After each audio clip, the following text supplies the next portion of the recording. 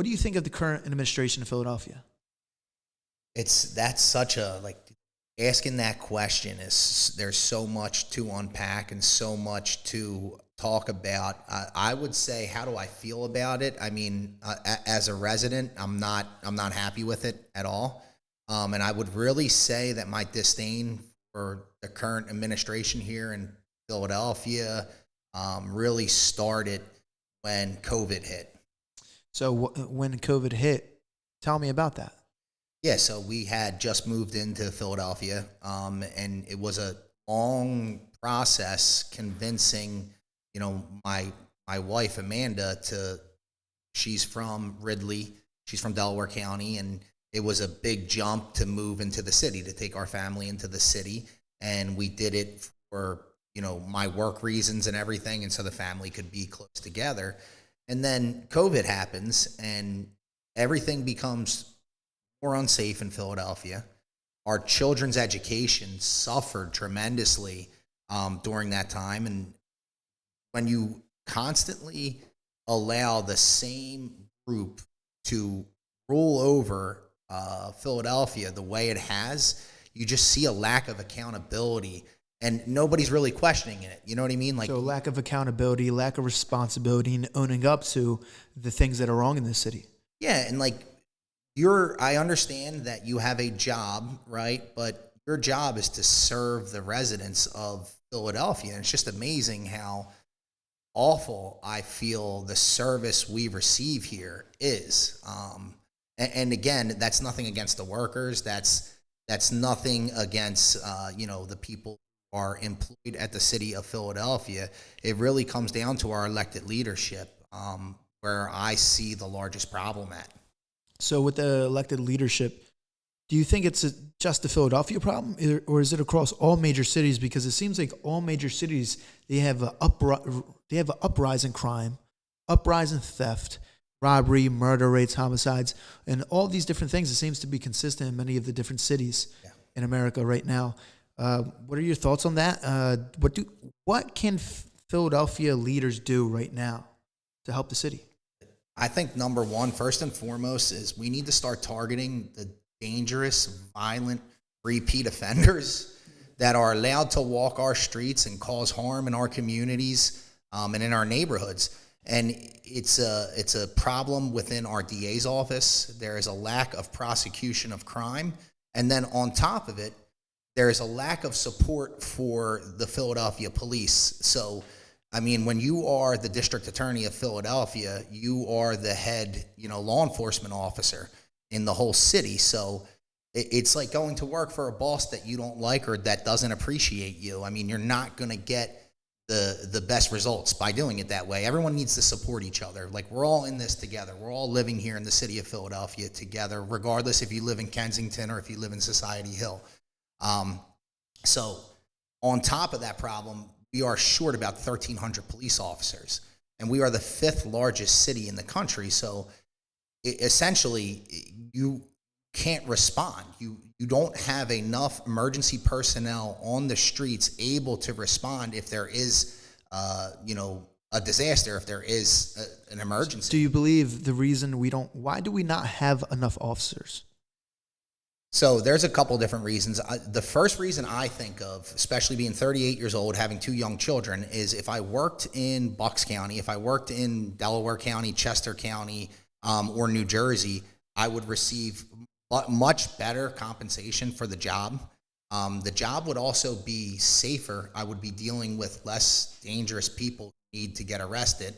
And ultimately, if something were to happen while working, if there was a bad event that happened, at least you would feel supported by, when you look at the suburbs, it's a stronger support system, at least I see. If you look at Ben Salem, that the district attorney in Bucks County is on point. If you're a criminal, he prosecutes you. So also another problem seems like is cops don't feel like they're protected. Yeah. So when you're not, this is what I've seen. When you're not protected as a cop, well, then you don't feel like the city has your back and the elected officials. Well, then it seems like you start lacking on your job. Yeah. to protect the civilians and citizens. And then citizens end up falling, the city falls into chaos and a lack of order. So with that said, what else are some problems that are riddling Philadelphia? Look at our public school system. I mean, one of the biggest issues I see, and one of the things that bother me the most, and what really made me want to run is, and again, this is going to sound so typical of any politician to say this, but it's the truth. It's the children in Philadelphia. Like, we don't invest into the children here in Philly. And if you see what these kids are up against, if you understand what it's like, live in Kensington, your mother is, has multiple children with different people. You don't know who your father is, or he's in jail.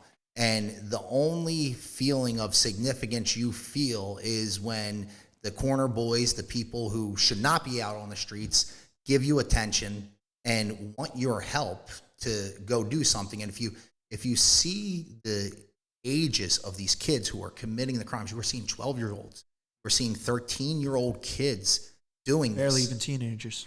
Not even teenagers. And it's like, what is your home life like if this is what you think is the best option for you? And growing up without my father, there is and I say this all the time, I say Philadelphia is a fatherless city. Epidemic. Yeah, it is. And no one wants to talk about that. It's the fatherless epidemic that's going on. It is. It's one of those things, because I feel it unites people. It actually could bring people together. There were so many issues that I had in my life growing up without my father, but you don't really realize them when you're young and you need help, developing, especially patience, you know what I mean? Controlling your emotions, conflict resolution. And this is the part that I always try to tie this all together, is this is the problems you're seeing in Philadelphia in our streets. We're short 1,300 police officers. If people have an issue with the policing here in Philly and the poverty issue we have here in Philly, why not promote getting a job with the Philadelphia police, developing all these skills these kids need to develop anyway? And now you would have people who are from the neighborhoods policing the neighborhoods, their own right? neighborhoods. Like, isn't that and they understand the situation more than anyone else. Working in Harrogate showed me that when you realize that if I was a cop and I go and arrest that kid over there for selling drugs and he's 15 years old and I take all the drugs off of him, now he's going to have to come back out here. He's going to have to sell twice as much. He's going to be more likely for bad things to happen to him, right? Instead, you could tell that kid to give the drugs back to the drug dealer and try to get him off the street. So there's so much discretion that needs to be used, especially in Philadelphia neighborhoods. Yeah, fatherless epidemic, it's something that people don't ever talk about. And it's the biggest issue. And one of the biggest issues is family structure and the division of family structure, it seems like, in today's age. Divorce rates are higher than ever. And kids are growing up without fathers. And it seems like families are no longer together like they used to be. And it's like, you're not incentivized to start a family, which another thing that I see with a major issue here in Philadelphia, it's like we incentivize bad behavior. If you look at, like, you're not going to get arrested for shoplifting. Is that not the craziest thing you've ever heard? How is there no consequence for your action? Yeah, like we're just going to destroy businesses. We're going to destroy people's livelihoods because we think it's wrong to arrest somebody unless they stole $1,000 worth of merchandise. It's lunacy. It is. It's absolutely lunacy. And we're getting companies like Wawa to leave. They want to leave. They're trying to get every store out. Yeah. You have, and then it's like, now you're going to lose this service, right? Whether you like Wawa or don't like Wawa, then you're going to lose Target. You're going to lose these, these are hubs for people. People in the neighborhood depend on this. And when you go into these department stores or, you go to Target, it seems like everything's just locked. I went to the CVS in Port Richmond and I wanted a Celsius and I wanted something like a skincare product. And I had to ask the security, I had to walk with this. Then the security guard had to take like I was a little kid and hand them to the lady at the register. Like, And I get it. This is what you got. This is what we've come to. Yeah. Yeah, but it's sad. It's very sad. It is. Even the simple things have now become complex. Yeah. Like removing human interaction out from the day, like it is very frustrating to me. It is like everything's going to be Amazon. You know what I mean? We're just going to go on our phone and order it. You know what I mean? But the less human interaction you have, the less able you are to control your emotions, I feel like. It's funny because when you go back and you watch videos from the 80s and the 90s now, I'll go back and look at these videos, and I felt like we had a real culture back then. I feel like we are actually losing the culture that made America such a great country.